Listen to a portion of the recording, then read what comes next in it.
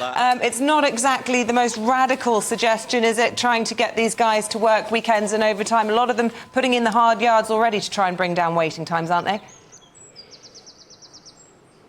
I mean, what we're talking about is an extra 40,000 extra appointments every week, using a reform that's been tried and tested at a small number of hospitals like Guy's and St Thomas's, the hospital I can see out of my office window in Westminster, taking that same approach and adopting it right across the NHS, putting £1.1 billion into the pockets of NHS staff to deliver those extra evening and weekend clinics. I accept what your viewer said, that there are already staff who are doing lots of work at evenings and weekends, and there may be some staff who say, do you know what, I can't take on any more shifts. And the reassurance I want to provide to them is that no one's going to be forced to do this. The approach we've seen in London and in Leeds, in other parts of the country, has been one where staff have opted to do it, have volunteered to do it, albeit paid fairly the overtime rate to do it, and that's had amazing results. At Guy's and St Thomas's, they got this clinic up and running within 6 weeks. They are now doing on one day the same number of procedures they would normally do in the space of a week. So that investment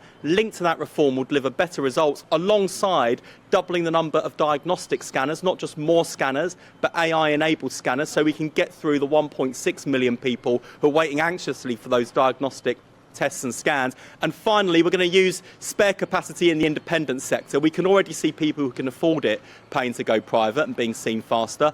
I'm not going to see working class people left behind. We'll use that spare capacity, funded on NHS terms, so no one pays a penny for it, and also making better use of things like high street opticians to reduce the pressure on the 600,000 people waiting for eye care in the NHS, and freeing up the things that for the NHS that only the NHS can do. So this is a serious plan that gives me the confidence to tell your viewers that within 5 years we can hit the 18-week waiting time standard that Labour met when we were last in government. And I urge people, do not give the matches back to the arsonists in the Conservative Party who led us to this point in the NHS, the worst crisis in history. Labour delivered the shortest waiting times, the highest patient satisfaction ever when we were last in government.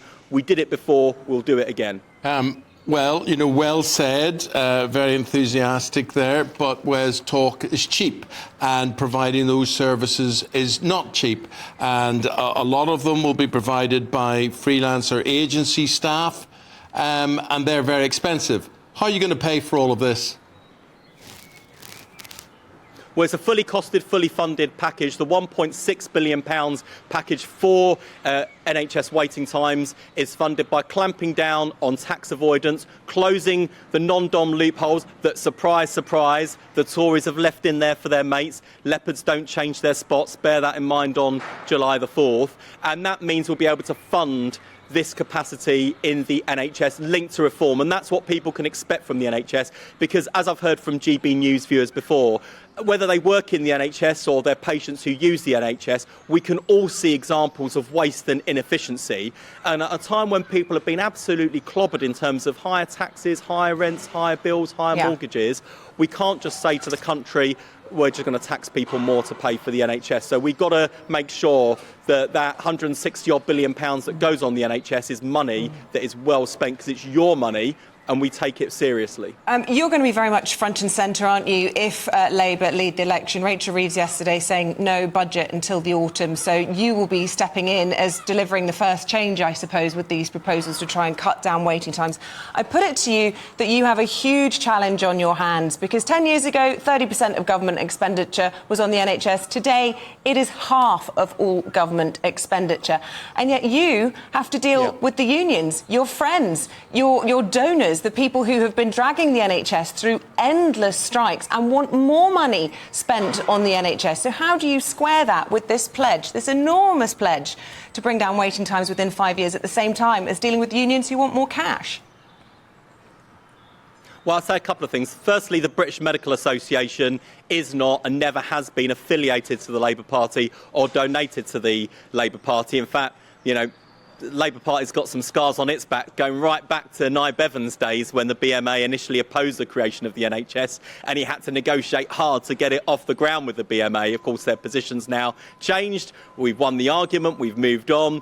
But on this central challenge of how much money we're spending on the NHS today, I absolutely accept the way you put it. And I think it's really important to acknowledge the fact that Rishi Sunak says, on one hand, we're spending huge amounts of money on the NHS, but on the other hand, we're seeing the worst crisis in its history. And that's what happens when you have a government that only does investment but doesn't do reform. And the fact that he's barely mentioning the NHS in this election tells you everything you need to know about the Tories and the NHS. They have failed spectacularly. It's one of his own 5 pledges he made when he became Tory Prime Minister. He's broken it.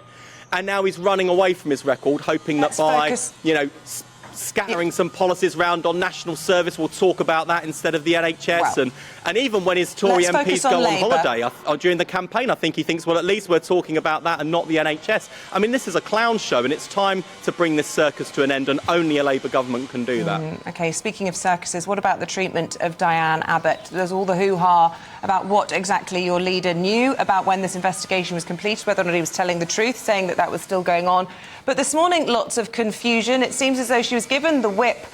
The whip was restored after this racism investigation. And the view, presumably from the National Executive Committee, was that she would quietly resign and not want to stand. But it seems from what she's been saying this morning on the airwaves, Diane Abbott very much wanting to stand, and she's being barred by the Labour Party. Is that the right treatment for a veteran Labour, the first black female MP in the party? Well, firstly, on that final point, I absolutely acknowledge and respect her achievements in politics and being that trailblazer. I absolutely do. And the second thing I would say is, and you mentioned the sort of reports this morning, I've only been picking this up as I've been going along in terms of the reports.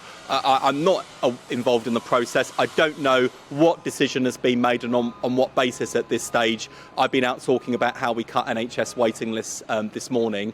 I do think that on the 4th of July, what is on offer is a party that has changed fundamentally from the one that was rejected in 2019. And all of those issues that led to Labour being rejected, could we be trusted with the money? Could we be trusted on law and order? Could we be trusted on national security? Keir Starmer has not only changed the Labour Party, but led the Labour Party to a point where the Labour Party is united in pursuit of good management of our public finances, tough approach to law and order, and an unwavering commitment to NATO, our armed forces, and to defending Ukraine against Russian aggression. But a personal this is a different Labour Party. Yes, no, should she come back? And I hope your viewers choose change with that changed Labour Party. Sounds like a no to me. The decision is not mine. Its decision is not mine, and I'm not going to disagree with the decision that's been taken by people in the Labour Party who actually have responsibility for it. They will have looked into this. I haven't, so I'm not going to be a commentator. I'm going to leave it to the decision makers and stand by their decision.